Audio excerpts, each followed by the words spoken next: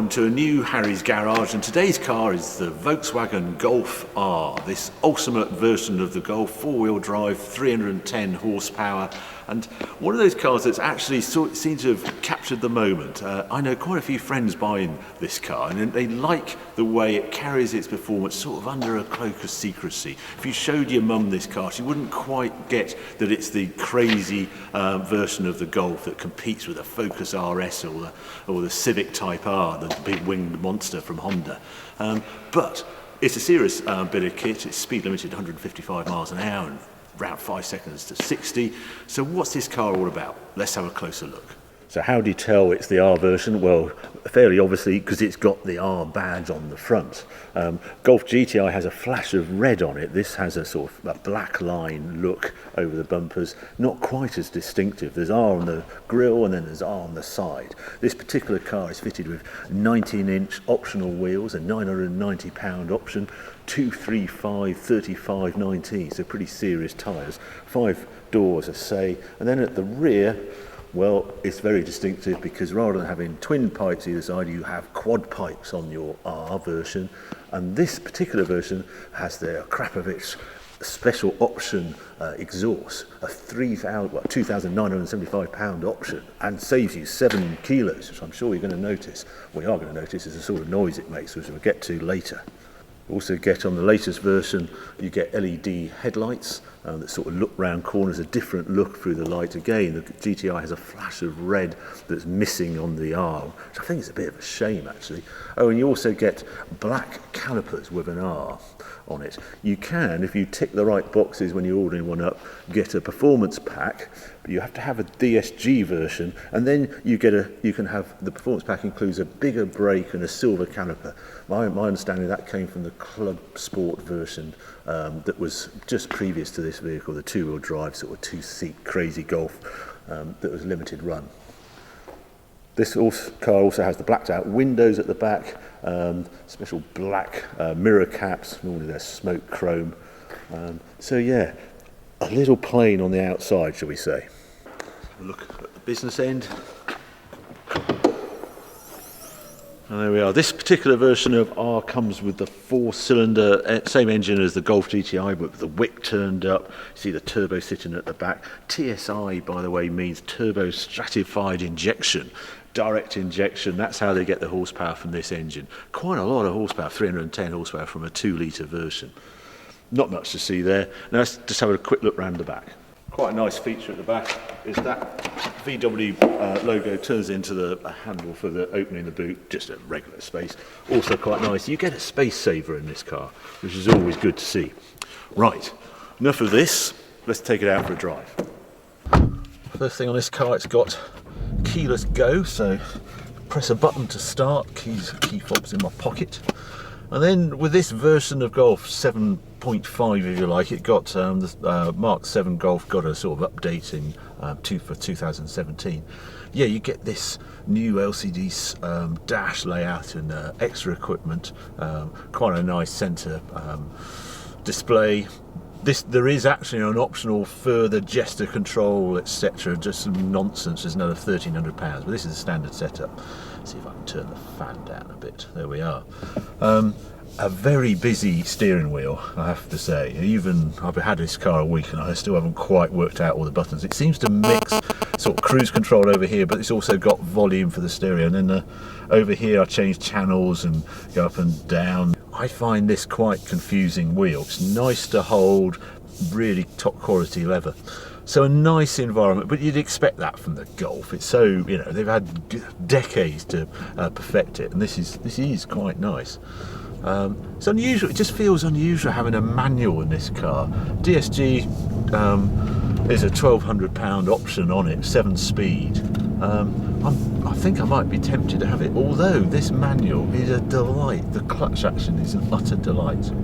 Anyway, I'm going to let the car warm up, and then we're off to some of my favourite bits of roads you probably know well as well. So I'll join you later. There's quite a few extras on this car as well I ought to run through. So you start at £33,500 for this car. The wheels £990. Another must-have option if you expect one of these is DCC, dynamic chassis control, because that allows you to adjust the dampers. And I've got it in, if I press the button now, I have it in normal, there is race, and there's individual, and there's comfort, and there's eco. Eco reduces the boost, comfort does what it says, it's softest damper setting, and I have to say the ride on this car is pretty good for the sort of weapon it is, so that's impressive. And being able to actually have your individual control if you want to have softer dampers, but the race engine response, steering, electric steering on this car, or the exhaust sound, that's all configurable. So that's what comes with DCC, a sort of must-have option.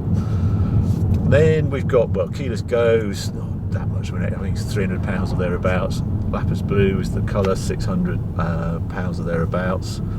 But add it all up, and this car hasn't got leather trim or anything, just over £40,000, which is quite a lot, I think, for this car. And I know a friend of mine, he went really nuts on the option list, and he got it to pretty close to £50,000 in his Golf R. Serious money for the sort of car it is. But then again, it's a very easy car to live with. So if you're going to live with it, and you're using it as your spare all-weather, does everything sort of car, think of it as a sort of junior RS4 or RS6. It's that sort of car, really. And it's even available in estate forms. It's quite remarkable. But it's really the chassis dynamics. Is why are you going to buy an R over GTI? Well, it's that four-wheel drive, I think, that's the key to it, as well as the extra performance and being able to deploy that performance.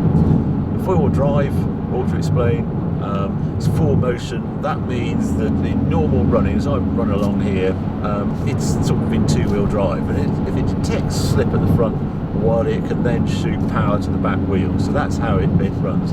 And you can cruise around in this car, and because it's sort of got stop-go, sort of fairly sensible, you can be in the 30s to the gallon quite happily, high 30s, which is amazing, really. But that's modern technology for you, direct injection.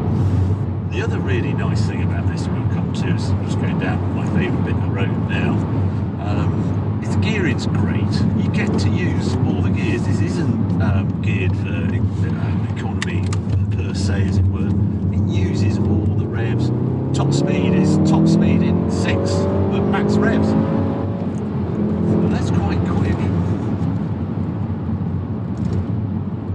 It's quite a surprising car, this Golf R. You can sort of see why it's caused people's attention when you go down a road like this. Right, let's play with some of the settings. So I'm going to go into mode again, and I'm going to put individual. And if I press it again, I can change what I have. The only thing I'm going to add, this is engine sound. I don't want normal, I want race engine sound, because I'm a hooligan. There we are. Right. Not a bad sound, that, is it? I like the way it's been done. Okay, they tell me it's a generated sound when I do that, but it's a good generated sound. I'm not complaining at all. I think they've really matched it well, and I like the fact I can switch it like that, an individual, just not go into crazy race before I get that sound. It's induction sound as well. The other surprise, with the Krapovich exhaust, I've got pops and bangs as well. That's not what Golfs used to do, but there's pops and bangs on the overrun of this car.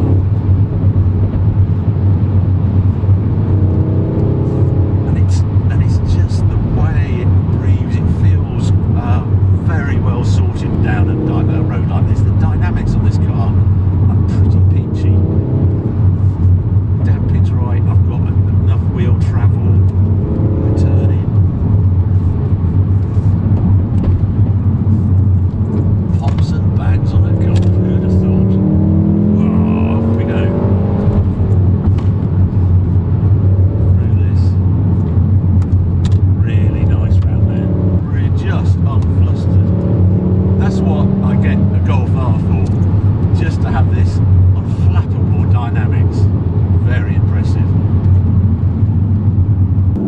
So after living with this Golf R, what are the positives and the negatives? Well, there's more positives than negatives, I'm pleased to say. But some of the negatives.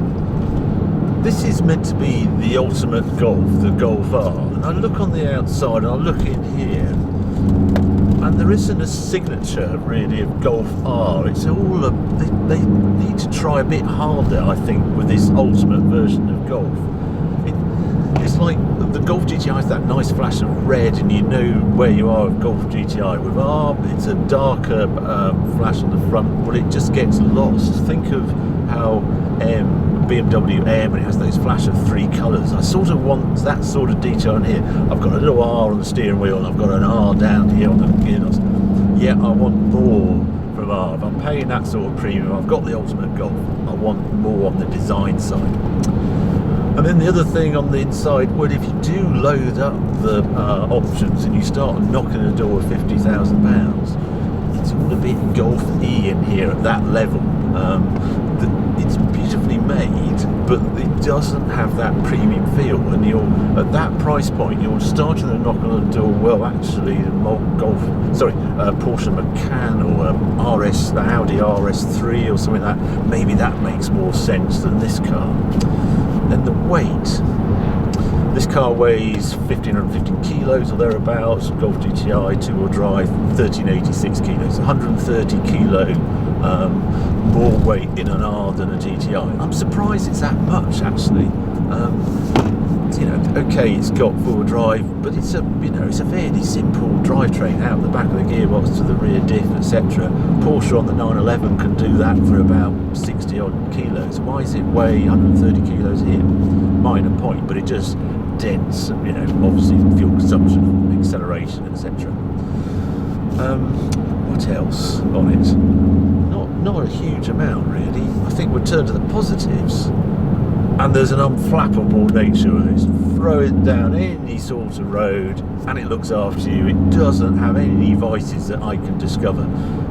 Doesn't do the sort of Clio 182 cocking a wheel type of control. It's utterly planted, good suspension travel, wheel in each corner feel. You feel heroic in this car, and it's proper performance. As I showed, that ignore the 0 to 65, it's 0 to 62 mile an hour time of 5.1 on the manual. It's been considerably quicker there if they had a second gear that could stretch beyond 62 miles an hour. So it's a 4-point-something second car. That's mighty rapid, 4-wheel drive, and then this invisibility of it because it's a Golf. Really like that. And the other things, being a Golf, everything works beautifully.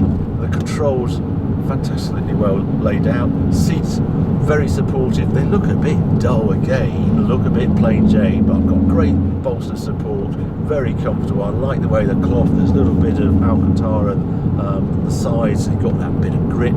So that works well. And the infotainment and the way they do, I've got boost gauge and performance G. Yeah, it's nicely done. Heater controls, heated seats. It's just an easy car to live with.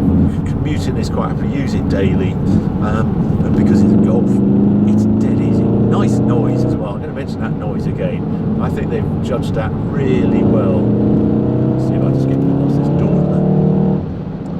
There we are. Other things.